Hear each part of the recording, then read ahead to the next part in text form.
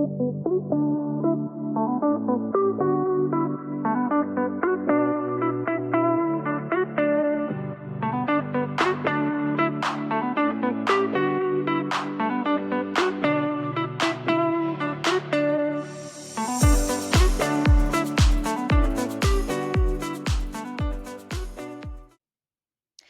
hello there. We are back with another episode of Turn the Paige Podcast.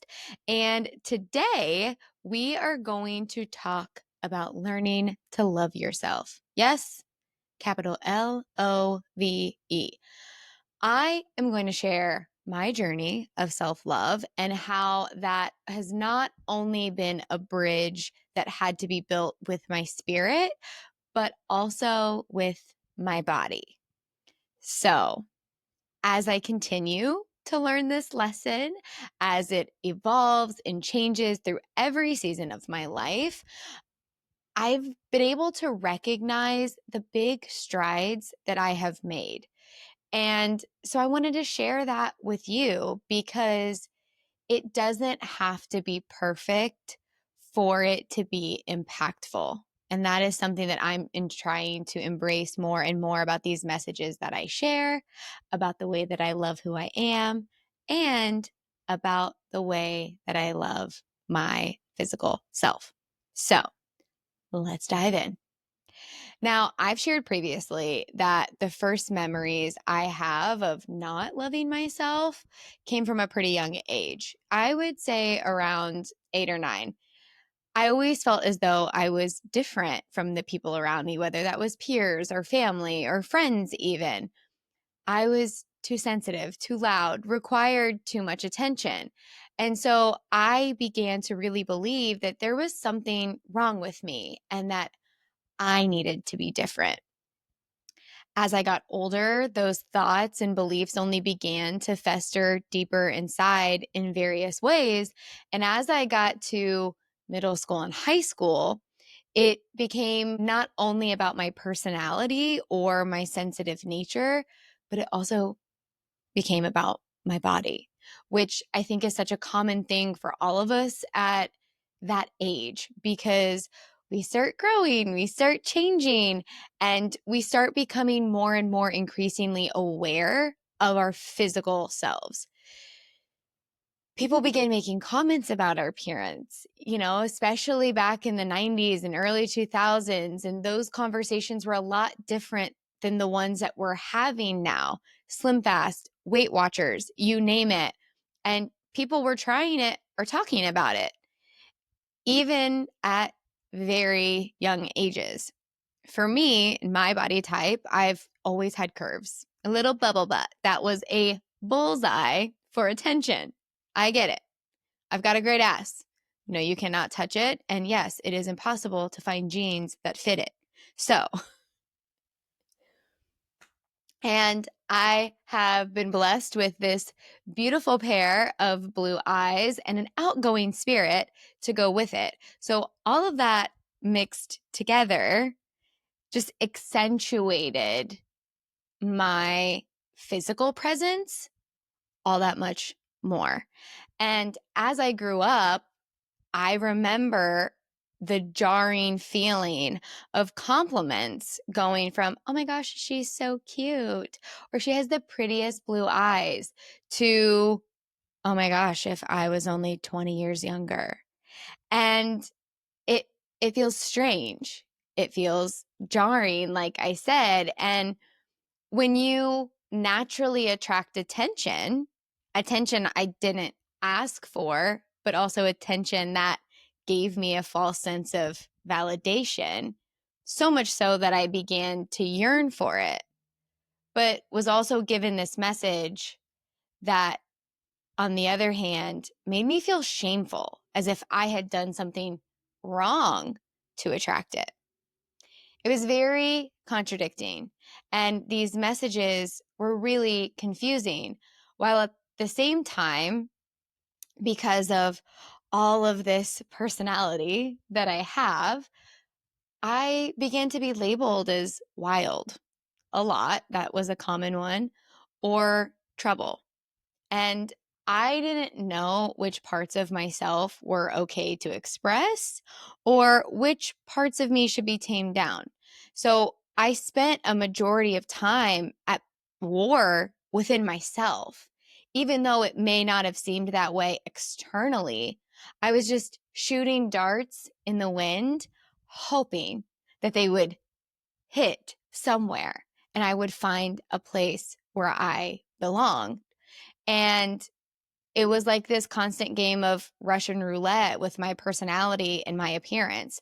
I I would continue to bounce back and forth between being this reactively rebellious teenager or watering myself down for better consumption. And as these patterns continued throughout my adolescence and those ages, it really, now I see how it really made me unsure of who I was. It really made me feel all of these negative feelings about who I was. And even the parts of myself that I tried to embrace never really felt super comfortable because I never really knew how they were being perceived. And the comments or the things that I would hear coming from peers or grown adults just confused me even further. And I feel like I'm kind of rambling and a little bit all over the place, but I also feel like that's what that message, what that age brought me, was a lot of confusion about my value in the world. And honestly, it led me to this deep confusion about why it felt so hard to be me. So I began to feel like it was my fault by just showing up in the world in my own skin, wearing my own face, trying to express my own personality. And so I once again found myself caught between trying to be who other people wanted me to be, but then also having all of this emotion, all of this personality just bubbling under the surface, begging to be set free. And yes, some of it came from a projection of feeling as though I had something to prove. 100%. That has been one of my greatest wounds in this life from the time that I was little. It was like, I have something to prove. And I still have to check myself on that right now, here at 33 years old. But some of it was me just trying to embrace and be who I was. I am a fireball of chaos with a big personality, and add in a side of sarcasm and humor, and that's what you get. But also, that's what makes me so entertaining, right? It's why you're here every week listening to me ramble on, because it's like, okay, I'm learning something, but also you're making me laugh. So, you're welcome. But when it came to my physical self, I didn't know if I should be proud of how I looked or ashamed of it. When it came to my personality, I didn't know if I should try to continue to embrace who I was because that seemed inevitable, or keep playing small so that I could stay safe in the world.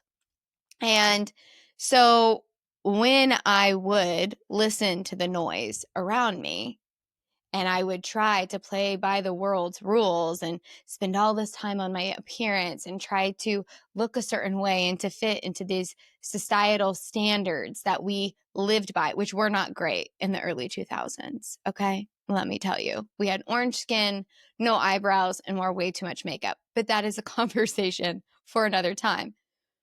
But then when you spent too much time consumed with your appearance, you were self-absorbed.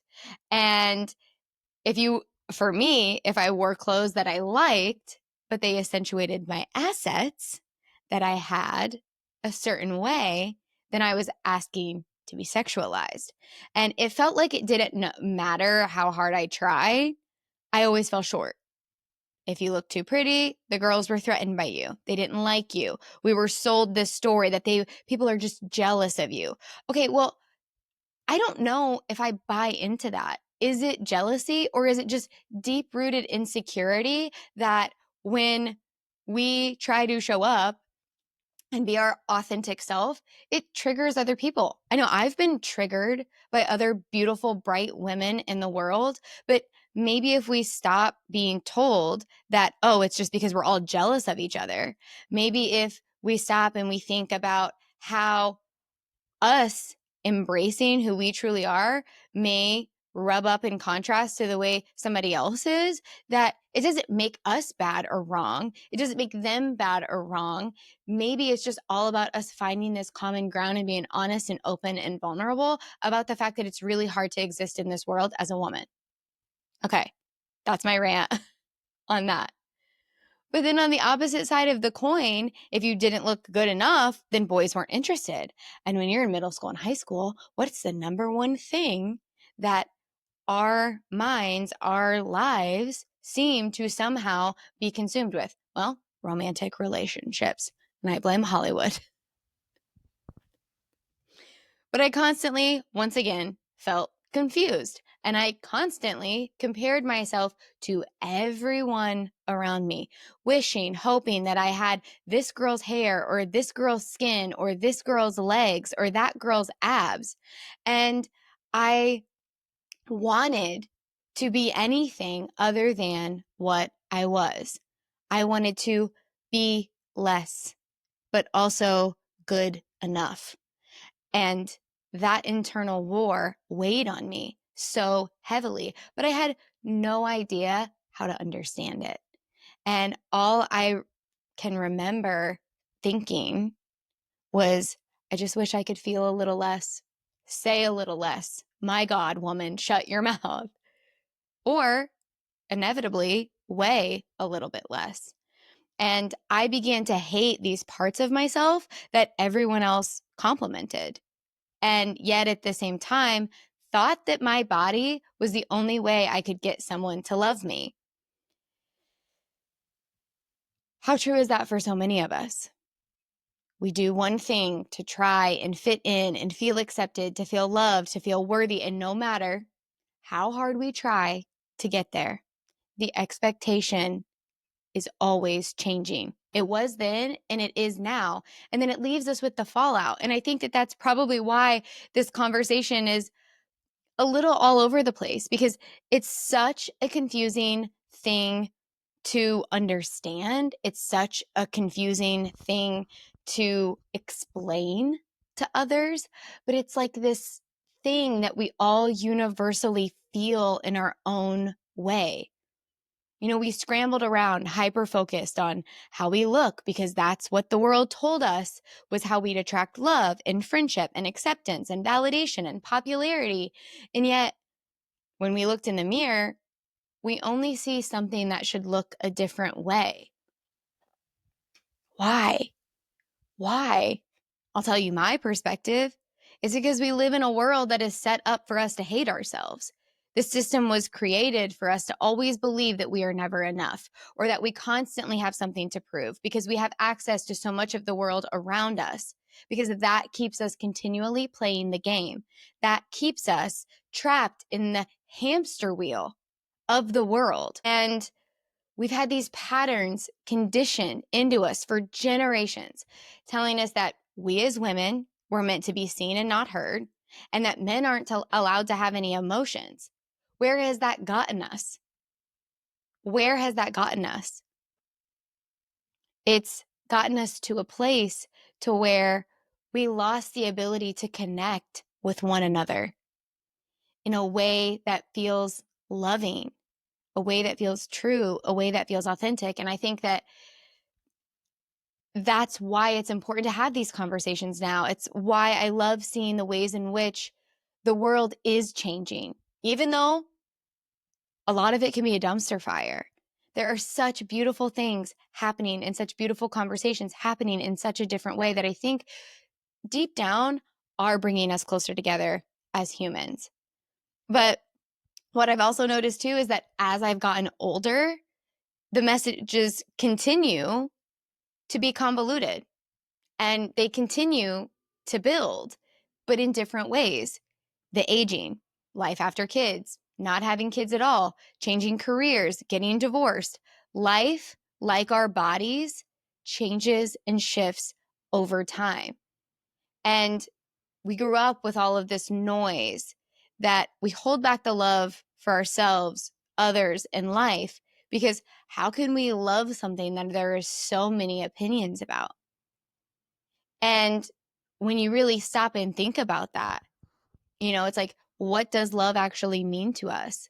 What have we been taught about love in relationships with ourselves, with our bodies, with, our families, all of these things? The things that we have been taught about love, most of them aren't even real love. And as I've learned more and more about what it means to give and receive love to myself and others, it's been amazing how much more beautiful life can be in the simplest of moments. Because real love, again, for ourselves and others, is unconditional.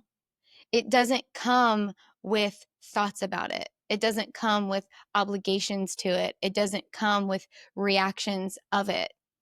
It's free. It's universal. It's something that can genuinely connect us all. And, I remember growing up and not hearing many loving conversations about the things people would say about themselves or about their bodies or other people's bodies. And, those conversations revolved around family genetics, women calling themselves fat, men noticing whether or not she lost the baby weight, or placing a woman on a scale of worth based on their body type. And these ideologies bled into my subconscious. And I knew that my appearance was always the thing that people would notice first. And so I put it on a pedestal and felt as if it was the most important. The way I was perceived mattered more than the way I felt. And if the outside mask was put on well enough, I could hide all the cracks beneath the surface until they erupted like a freaking volcano. But think about that. How often, sometimes even now, but how often do you hear people talk positively about their bodies? Especially back then, somebody was always on a diet, and those conversations became normal. Those were conversations that I found myself a part of. And they were conversations that internally stuck with me, so that every time I looked in the mirror, I found something to hate. I searched for it. Because, yeah, we know that no one is ever perfect. But from the things that we see in the world, whether it's on TVs or in magazines, I mean, my God, the Victoria's Secret era of the world, we really, really thought and believed that we could find something or create something pretty damn close to the world's version of perfection. And, I don't blame the people around me for the beliefs or conversations that I heard when I was younger. I don't blame anyone that I have encountered in this life, because we have all been conditioned to believe that is what matters the most, that our appearance is what gives us value. And then me deciding to work in the beauty industry, those conversations continued to get louder. And I also have noticed, because of the ways in which my life has shifted and changed over time, it was really something that gave us all a thing in common, something to bitch about that made us feel less alone in our own misery. Because if we felt like shit about our bodies, it helped us to know that everyone else did too. And being vulnerable, having those real, honest, and raw conversations, it wasn't a common thing. And the narrative around our mental, emotional, and physical health has changed so drastically since then. But then we didn't know that it was okay to express ourselves. Any of us, parents, grandparents, kids, because that wasn't the way that things were done. And we didn't know we had the power to change the story. But the beautiful thing is now is that we do. And now we can. And that's why I'm here sharing this once again with all of you, because even though things may be different than they were back in 2006, sometimes we still forget how those patterns can live inside our brain and body and how they can affect our day-to-day lives, the way that we choose to show up for ourselves and love our kids and the conversations that we have. I look back on myself in those years and can only give those versions of myself grace because she didn't know what she didn't know. And that's okay. Fast forwarding a few years till I was in my early 20s, I had just had a baby. So my body underwent a very extreme change at a very young age.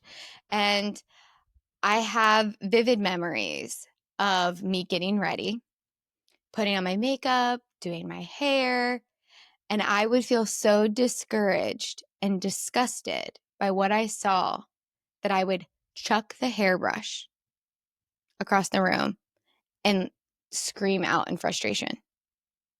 I was so consumed by this need to look a certain way, and I was so depleted of love for myself that it would erupt out of me and then immediately make me feel embarrassed, ashamed, and sad for the girl looking at me in the mirror, but also for my daughter, because I knew those weren't the messages that I wanted to send her about the value of your appearance in the world.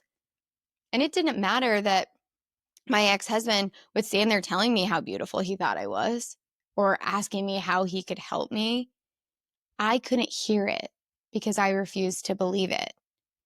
And that went on secretly for many, many years in many different ways. I remember trying on clothes and I would hate how I looked so significantly that I would like pound my fists into my thighs and like scream silently into a pillow, just wishing, praying, hoping that this feeling would go away or that my body would magically change overnight. And there were times, especially in my younger 20s, I had an extremely toxic friendship that I was a part of that only wanted to talk about her weight and how she would say that she was obese at 116 pounds. Now, I know now with the healing that I have done that that was an extremely large cry for her own self-worth. But all I could hear was that at 130 pounds, she must have thought I was a cow. And it just filled me with more shame, more self-hatred, more reasons to compare. I would also like to say I'm no longer in that friendship because the conversations around weight were not the only toxic things about it. Okay, thank you. But things got really dark for me in moments that I've inhabited this body. And it didn't matter how many times I tried the toxic yo-yo dieting where I would calorie count all week and then binge and eat freaking McDonald's on the weekend because I was hungover. It didn't matter how many times I would force myself to the gym or take pictures in my bra and underwear so I could zoom in and overanalyze every bump, every roll, every indentation. I never chose any of those things out of love. I chose hate. I chose control. I chose comparison. And all it left me with at the end of the day was emptiness, inflammation, and dysregulation. And constantly being at battle with my body and my spirit left me exhausted, irritated, bitter, resentful for things that I didn't even know that I was resentful for. And I was constantly just trying to become something different when all I was meant to do in the first place was just embrace all of who I was. I would take it out on my partners. I would try and force them to like eat a certain way with me or work out when they had zero interest and then be pissed off because as males, they would have results way faster than I ever would. But, you know, again, these systems weren't built for us to love ourselves. They were meant for us to buy into whatever it was that the world is trying to sell. And one thing that I had to come to terms with along this journey as I've healed was that, the 2 times that I battled depression, weight melted off me like a popsicle on the 4th of July. And secretly, deep down, there was a part of me that loved it. That in its weakest moments, I loved how tiny and frail I was. Even though I felt so desperately broken on the inside, but the outside was finally the size I had tried so hard for so many years to force it to be. But even then, I still felt ashamed about loving it. It felt so twisted to be the most comfortable in my own skin when I felt numb inside. Everyone was still commenting on my weight, but it switched perspectives. Everybody told me I looked sick.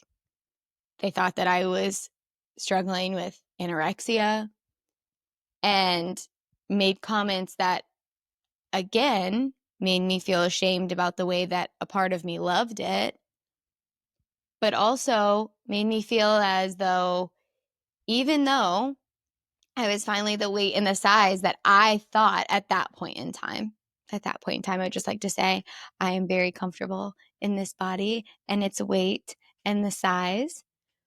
But at that point in time, it was like, even though I'm this tiny, I'm still not enough.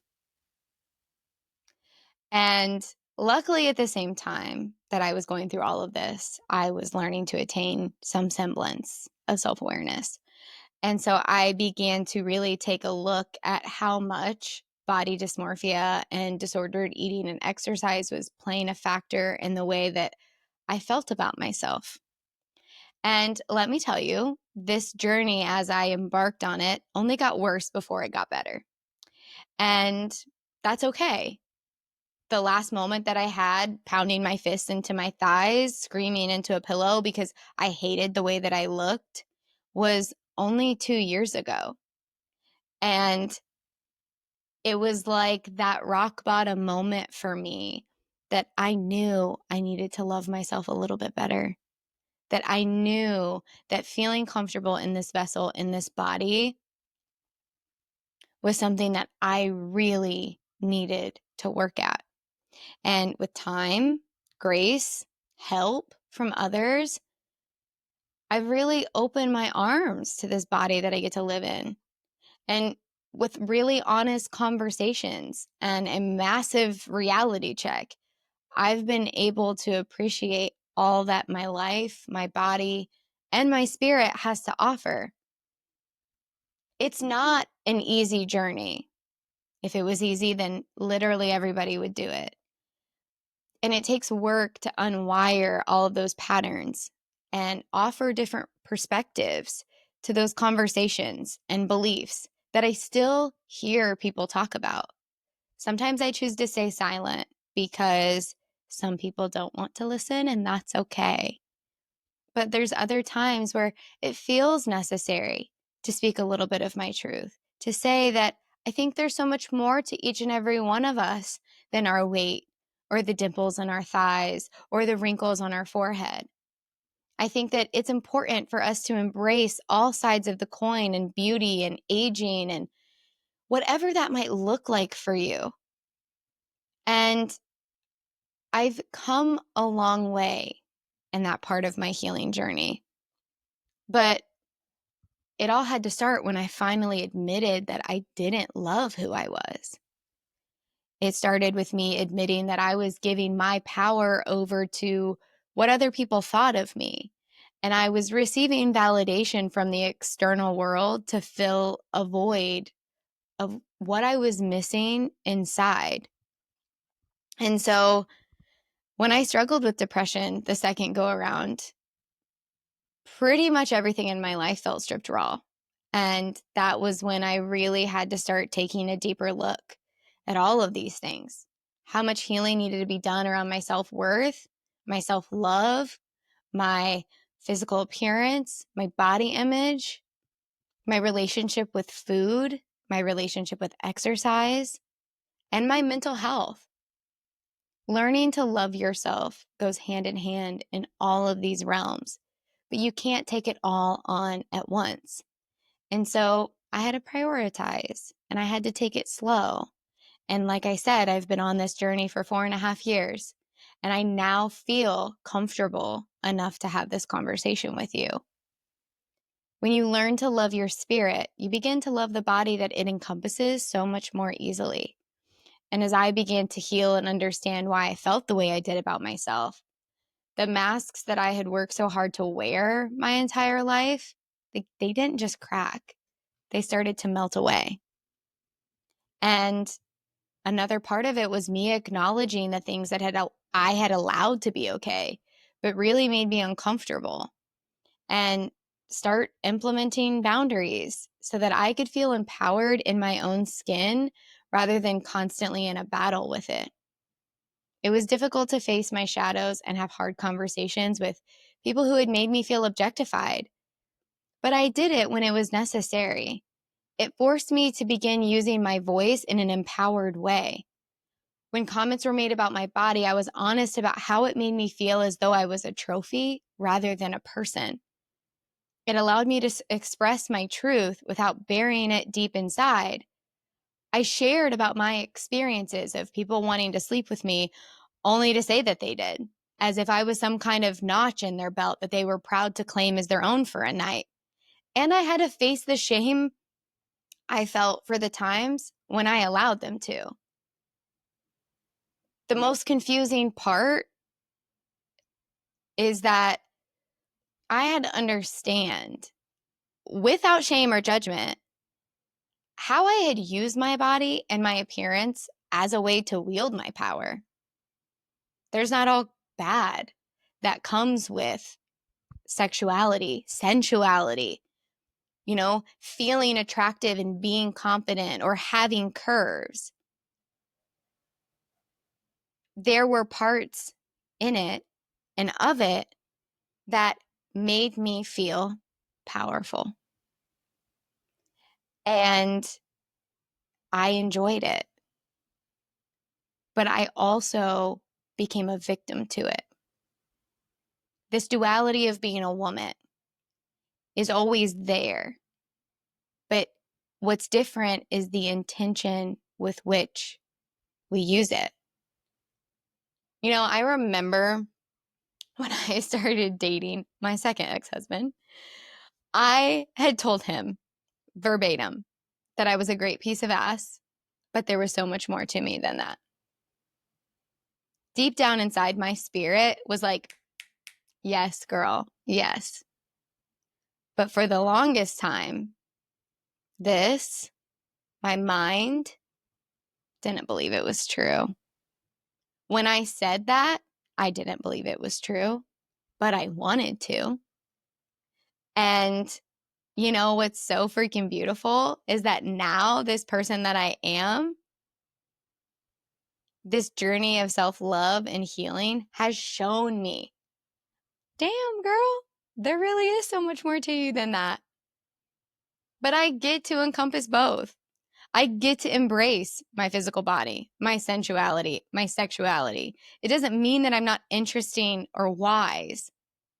It means that we get to embody ourselves in its entirety. And along the way, I had to also look back and acknowledge my inner child who felt like she never belonged, because that's where it all started. And then my inner teenager who was so fucking pissed off for being sexualized for a body she was born with 1 second and then being shamed for it the next.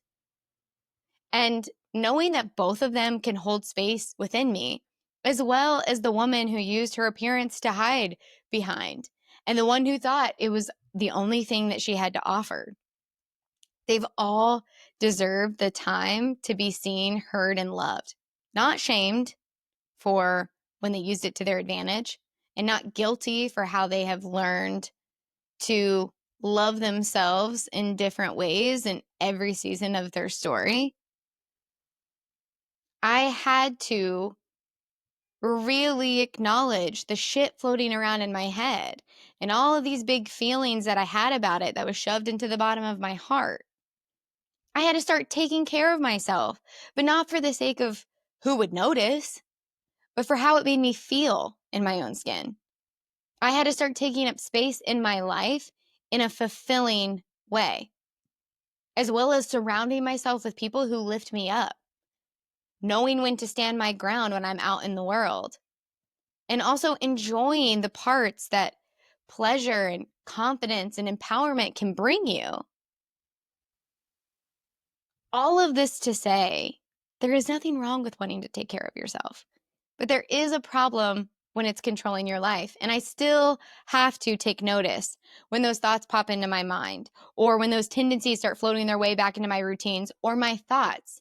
I can be doing something that I love, like Pilates, and that voice in my head starts creeping in. You should do this longer. You should do this every day. Looking in the mirror, you still have dimples on your ass. And I just have to remind myself, hey, we're not participating in that anymore. Thanks for trying to protect me, but we're good. We're good.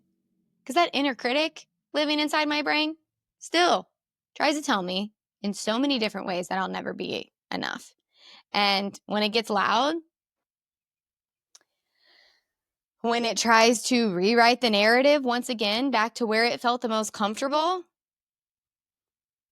I really have to surrender. I can't control it. I can't force it and say, oh, this is never going to happen to me again, because let me tell you, it will. I just have to give it the space, the second that it needs to say what it needs to say, and then allow my knowing to respond. Allow my knowing to respond. That this is just a pattern. This is not my truth. It has taken me years to understand this body. It has taken me time and persistence to understand how to care for it. And it has taken work, a lot of work, to finally remind myself how worthy it is of being loved. It's been the challenge of a lifetime. And it's a process each day. And I think for all of us who are on this journey, just beginning or many years in, it can be even harder now when we have so much access to other people or to our own reflection. I have like 3 surfaces currently all reflecting my face back to me right now. And that makes it so much easier to compare ourselves, to see another person with the body that we wish we had, the hair we would love to be ours, or the personality that just seems to have it all together and light up every room. Social media doesn't help. Filters don't make it any easier. Pinterest can be a slippery slope. And the camera quality constantly improving is definitely not making my wrinkles disappear any faster. It's only making them more pronounced. So really, like, we're good on the camera quality, guys. Nobody needs to see anything in like 4K, whatever it is. Because isn't it exhausting? The energy leak of comparison continually stealing our joy. Don't we get tired of trying to constantly keep up with what the next person is doing? Truthfully, it's kind of irritating sometimes to get on social media and watch as every beautiful woman on the planet begins to lose their unique features so that they fit the mold of a filter. And yeah, I am completely pro-choice. I pass no judgment on anyone's decisions to feel more comfortable in their own skin. That is not what I'm saying at all. Your body is yours to do with what you wish. But that still doesn't mean that I don't want to see us embrace more of who we are instead of feeding into a system that tries to tell us who we should be or what we should look like. I'm so sick of the boxes that the world still continues to put us in, even while we're having these more profound conversations. When do we get to not be put into a box at all? Well, guess what? Here's the kicker. It comes back to the fact that we're the ones putting ourselves in the box to begin with. Because it all starts with the way that we feel about ourselves. The way that we relate to what works best for us is not always what is going to work for the next person. We live different lives. We're all unique beings and have our own set of beliefs and values and life experiences in the ways in which we see the world. So no, as a single mom of 2 kids, I'm not going to be able to have the body of a 20-year-old who has no kids, a job, and maybe a cat that gets to go and spend 2 hours a day in the gym. That's beautiful for her. I love that for her. But for me, as I'm working, trying to build this platform and this podcast and raise my kids and, still continue to build relationships with my friends and my family and take care of my dog and take care of myself, that's not in the cards right now. But that doesn't make my life any less beautiful. That doesn't make my body any less beautiful.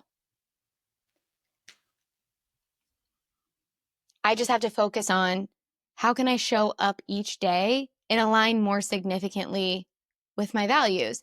And how do I do that? Well, I will gladly tell you because you are here. So that means that you are voluntarily listening. I take care of my body. I eat well. I exercise. But while I do it, I think about how strong I am instead of how skinny I wish I could be. I enjoy doing Pilates and yoga, but I don't shame myself if I miss a workout or I don't have it in me that day. Even when my mind and those old patterns want to try to do that, I remind myself that, again, that's not the game that we're playing anymore. That's not the narrative we're choosing to live by. That isn't the place that we are giving our power. I eat the foods my body enjoys, but indulge intentionally, not because I'm starved for sugar or comfort, but out of pleasure, out of enjoyment, out of appreciation for food, rather than the convenience or consumption of it. And I just recognize that even though I have come such a long way along this journey, there's still healing that is required. And that's okay. I'm willing to accept that. I have ultimately become willing to accept that there is no finish line. Even when I wish that there was, I wish that there was a place that was set in stone that, like, right here at this point in your life, everything's going to be great. But we get to create that here and now with the ways in which we react to the world. We react to our lives and the way that we react to everything that goes on inside of us. I found comfort recently in a video that I reposted on TikTok where a woman named Vicky Pattinson said, "No one is going to stand up at your funeral and say, she looked so good in a bikini. Nobody is going to remember how flat your stomach was or how big your thigh gap was. They're going to remember the laughter, the experiences, the way you made them feel when you were around." And that was paraphrasing what she said, but when I heard it, it felt like this full body permission to let it all go, to finally release the notion that I have to look a certain way to be able to love myself entirely or be loved by others at all. To move forward with full force, to live every ounce of my life instead of trying to constantly be consumed by some unattainable goal. Because we are so much more than that. And one thing I know after all of these years is that I'll never give up on this journey because I'll never give up on myself. Learning to love all of these parts of me, from the physical to the emotional to the mental, has given me a gift that I never thought I'd attain. And so if you're struggling, if you find yourself looking in the mirror and ripping yourself apart, know you are not alone. Know that you are worthy of love and kindness and desire. Know that when you can begin to give that gift of love to yourself, even when it is hard, it opens up a door for you to begin to receive love from the people who truly matter. You don't have to sacrifice or settle to find what is truly meant for you. You only have to be willing to love yourself enough from the start. Care for your body. Listen to what it needs, not always what it wants. And be willing to make a change, move, dance, indulge, but with the intention of living a life that lights you up. There is so much more to each of us than the way we look. Yes, it can be a priority, of course, but don't allow other people's perceptions of it to determine your worth. And I want to challenge anyone who is listening for the next week to begin each day by expressing gratitude for something you love about yourself. And then I want you to end each day with a little prayer that you fully surrender to the path that God wishes you to travel. If we can be open, if we can receive, if we can work each day to love ourselves a little bit louder, life can really get that much more beautiful. Thank you for being here as always. Please follow, rate, review, share this episode with a friend, share it on your social media. Come say hi over on Instagram, TikTok, or Facebook at Turn the Paige Podcast. If this conversation resonated with you at all, my DMs are always open and I'd love to hear from you. All right. Have a beautiful, beautiful day and a happy holiday. Bye, friends.